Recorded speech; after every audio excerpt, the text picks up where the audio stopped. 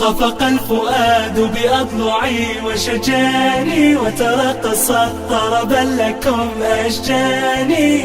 اليوم قطف ثمار خير قد مضى، اليوم حفلة حفظك القرآن، اليوم حفلة حفظك القرآن. خفق الفؤاد بأضلعي وشجاني، وترقصت طربا لكم أشجاني. اليوم قطف ثمار خير قد مضى، اليوم حفلة حفظك القرآن، اليوم حفلة حفظك القرآن. هذه الوجوه النيرات بقربها تزهو عليها حلة التيجان.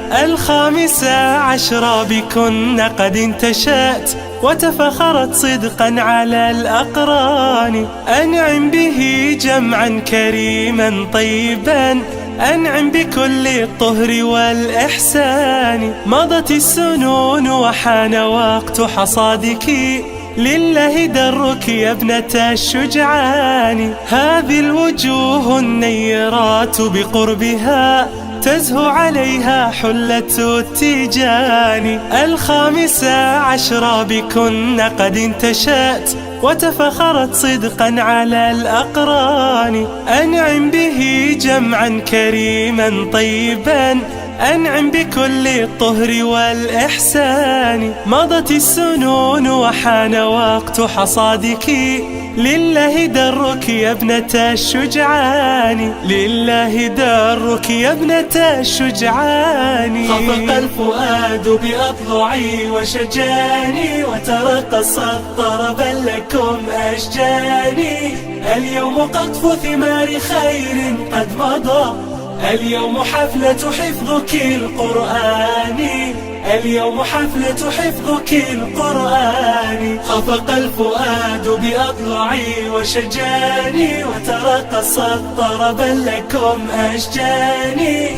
اليوم قطف ثمار خير قد مضى، اليوم حفلة حفظك القرآن، اليوم حفلة حفظك القرآن.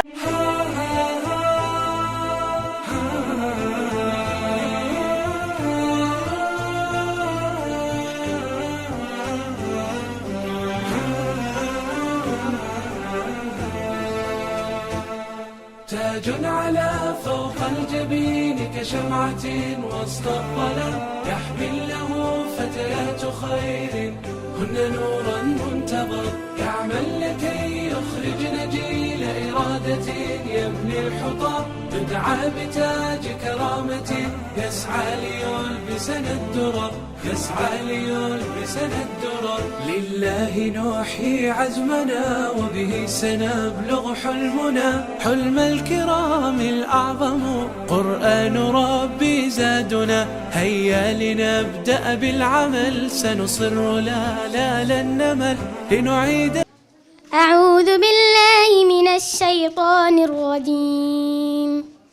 وأنا اخترتك فاستمع لما يوحى، إنني أنا الله لا إله إلا أنا فاعبدني، وأقم الصلاة لذكري. إن الساعة آتية أكاد أخفيها لتجزى كل نفس بما تسعى، فلا يصدنك عنها من لا يؤمن بها واتبع هواه فتردى. وما تلك بيمينك يا موسى؟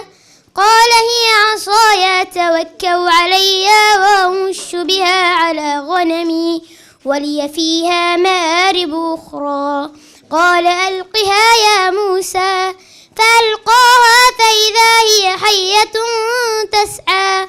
قال خذها ولا تخف سنعيدها سيرتها الأولى، واضمم يدك إلى جناحك تخرج بيضاء من غير سوء آية أخرى لنريك من آياتنا الكبرى. اذهب إلى فرعون إنه طغى، قال رب اشرح لي صدري ويسر لي أمري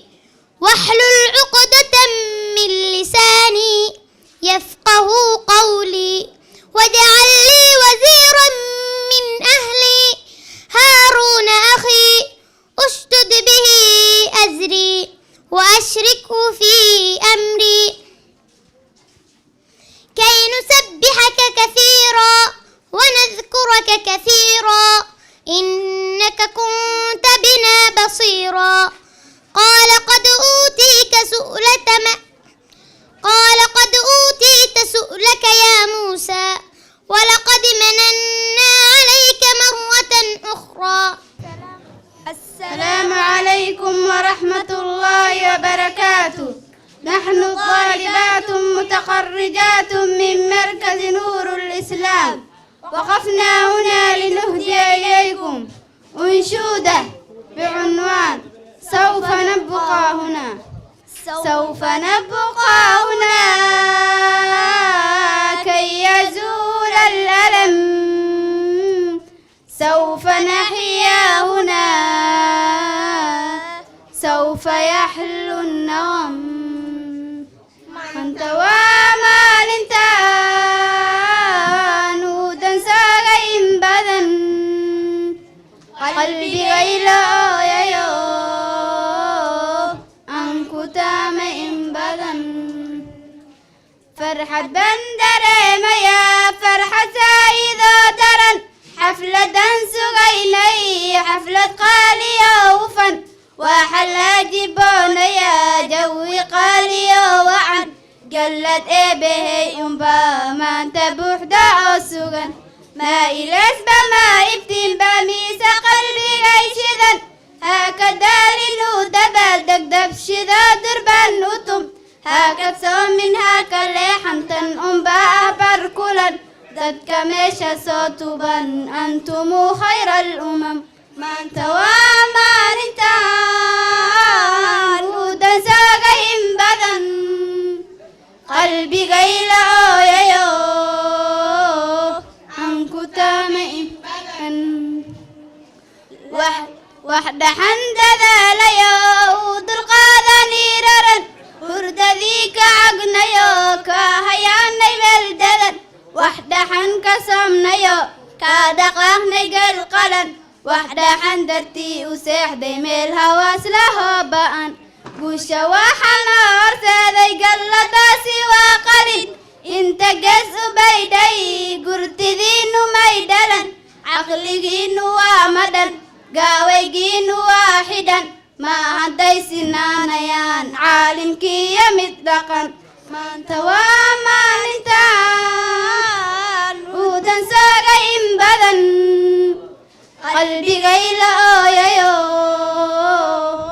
عنكو تامئ بدن لا وذيد والد بائي هسالي قوشة ما هي الماما هيا هي قاليا وعن اللوين إيغا بيري آنيغو أننجيرين إيا ذا إسو حنبارتو إيدا ذا شيء بدن نحريست جنة بلوغ هذا الزقن آبا هاي أدقن كراركو آبا قاليا وعن تالا ذا مثل ميده والي غيب من هرين سيكستون إذين أمانة ما حقوق دينا قودا ما انت وما انتان ودن ساقين بدن قلبي غير يا عنكو تامئ بدن وحيد الكينها يا إيقا قاتا ويدسن إذن كاوسو جهاد ودلالي مالنتن أنك ووحاد وينو لاغو صدي ساقرا حق ميا إنو دلكيني ما انت داشا ذي مران راجا ذي دلكيك هيا كاد القادم قدقا علمي قو إلى نسيه إيا جهل ما سمن أنك ووحاد وينو لاغو صدي ساقرا بلسران وهيك سنين بلنتين وقلن ما انت ومارتان ودساقين بدن قلبي غير يا عنكو تامئ بدن. السلام عليكم ورحمة الله وبركاته. وعليكم السلام ورحمة الله وبركاته. لم تقع عيني عليك منذ زمن بعيد يا سعيد، لقد كنت نابغة الشبان ورب الفساحة والبيان، فإلى أين قذفك الزمان؟ لقد أخبرك مالك ولا أظن أنك تنكر ذلك. ألم تسمع بأنني التحقت بمعهد للعلوم الشرعية وأنا مشغول بالاختبارات السنوية. معهد للعلوم الشرعية؟ أما آن لك أن تفيق من هذا السبات العميق. الناس يتعلمون الكيمياء والعلوم ويتنافسون في وصول الأقمار والنجوم ويتكلمون بالإنجليزية والسواحلية وهي لغات سامية، وأنت لازلت قابعا في محرابك عاكفا على كتابك، تلتحق بالمعاهد الشرعية وكأنك لا تواكب العصور الدرية، فأين موقعك من الدنيا العامرة والمدن الساهرة؟ مهلا مهلا مهلا أيها الرجل، متى غلبت الدنيا الفانية على الآخرة الباقية، ومتى صارت للعلوم الدنيوية هذه الفوقية على العلوم الدينية؟ أتفتخر بعلوم كافرة ولغات تتكلم بها أقوام سافرة لتمجد ما وصل إليه الإنسان من كساد وما استكشفه من فساد، وما سببته هذه العلوم من انحلال في الأذواق وانسلاخ من مكارم الأخلاق. إن تطور العلوم البيولوجية وتقدم الصناعة التكنولوجية وتعدد البحوث الجيولوجية والآثار الأنثروبولوجية لها دلالات إيديولوجية تفيد بأن العلوم الدنيوية هي سيدة العصر وربة الدهر، فمن أراد المال أو الشهرة أو السيادة فإن عليه أن يلم بها دون غيرها. ودعك من هذه المقررات الثقيلة ذات الفائدة القليلة.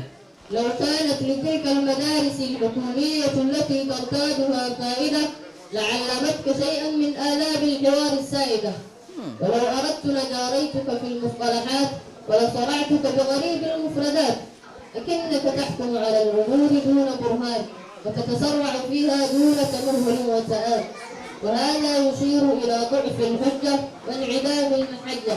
فأين المقارنة بين طالب حطام الدنيا وآخر النعيم الآخرة؟ إن العكوف داخل المحراب وغض الطرف عما سواه من الأبواب لهي الجنة الصغرى والنعيم المثلى. فاحرق تلك الكتب الملعونة والدواوين المشنوعة وانضم إلى ركب الأخيار لتنقذ نفسك من عذاب النار. تمهلا تمهلا، هل تمانعان أن نكون الحكم بينكما فأنا أدرى بحالكما؟ تفضل أيها الشيخ، فنحن في كلام عريض على طرفي نقيض، فهلا تفضلت بخطتك لترينا عجائب قدرتك في فض المنازعات وحل المشكلات.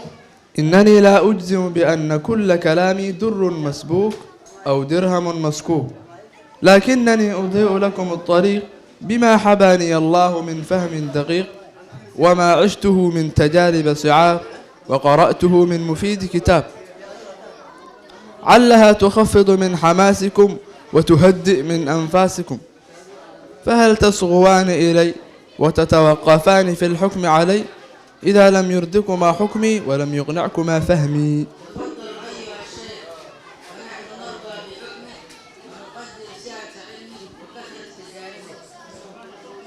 إن أفضل بادئ لمناقشة المبادئ هو الحوار الهادئ. فأحدكم نظر إلى العلوم الدينية وكأنها سبب الأمية وأم التخلف والعنجهية، بينما نظر الآخر إلى العلوم المادية وكأنها لا دينية، أصلها فسوق وذروتها إحداث الفروق. وكل منكم تعصب لرأيه واستمات في الدفاع عن فكره دون أن يصغي إلى صاحبه. وفضلت في المقدمات توضيح الواضحات، فهلا أوجزت العبارة وذكرت موضع الإشارة. لا تقاطع الشيخ في حديثه، فإن الأفكار العظيمة تحتاج إلى ضبط للعبارات وتقعر في الكلمات، وبذلك تتكون أمثلة معروفة وعبارات بالحكم موصوفة. إنني أقول إن أساس العلوم هو علم الشريعة، فبه معرفة الله، فاعلم أنه لا إله إلا الله. فمهما وصل الإنسان من إنجاز عظيم وبلغ من شرف كريم، فإنه بدون معرفة الله كائن بائس ومن الحق يائس. إنه تائه في بحر الشبهات ضائع في لجج الشهوات. فالعلم الذي يرفع صاحبه الدرجات ويوصله إلى أعلى المقامات وأسمى المنزلات هو العلم الشرعي الذي يعتمد على القبس الإلهي والنور الرباني. هذا يعني أنك تنكر العلوم المادية وتؤيد فكرة صاحبنا الحجرية. دعني أكمل الحديث أيها الشاب. من قال إن الدين يرفض تعلم العلوم المادية والمهارات الحياتية أليس في القرآن آيات بينات تبين هذه الإشكاليات؟ وما هي تلك الآيات يا ترى؟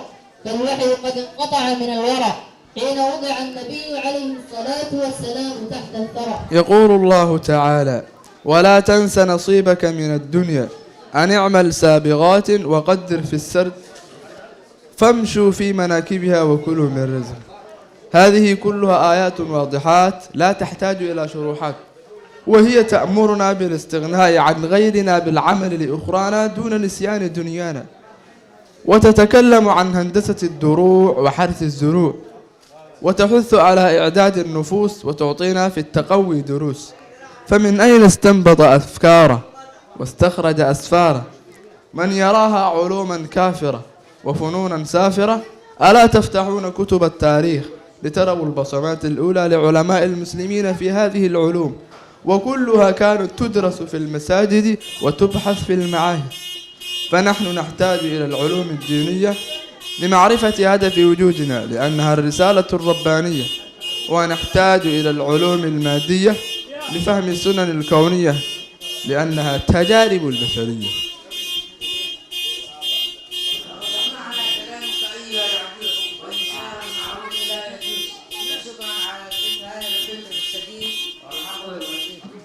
شكرا لك أيضا.